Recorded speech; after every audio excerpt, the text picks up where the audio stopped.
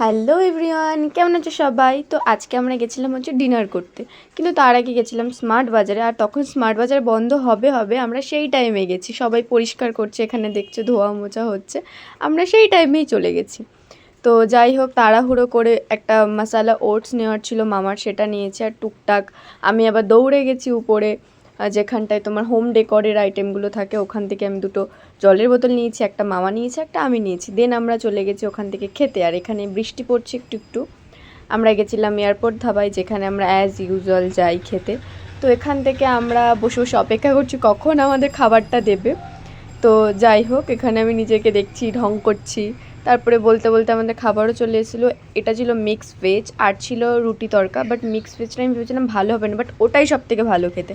দেন এখানে আমরা ভেবেছি হয়তো লাস্ট ট্রেন, কিন্তু পরে দেখলাম মালগাড়ি, আর এখানেই আমরা দাঁড়িয়েছিলাম 10-15 মিনিটের মতো। তো চলো টাটা।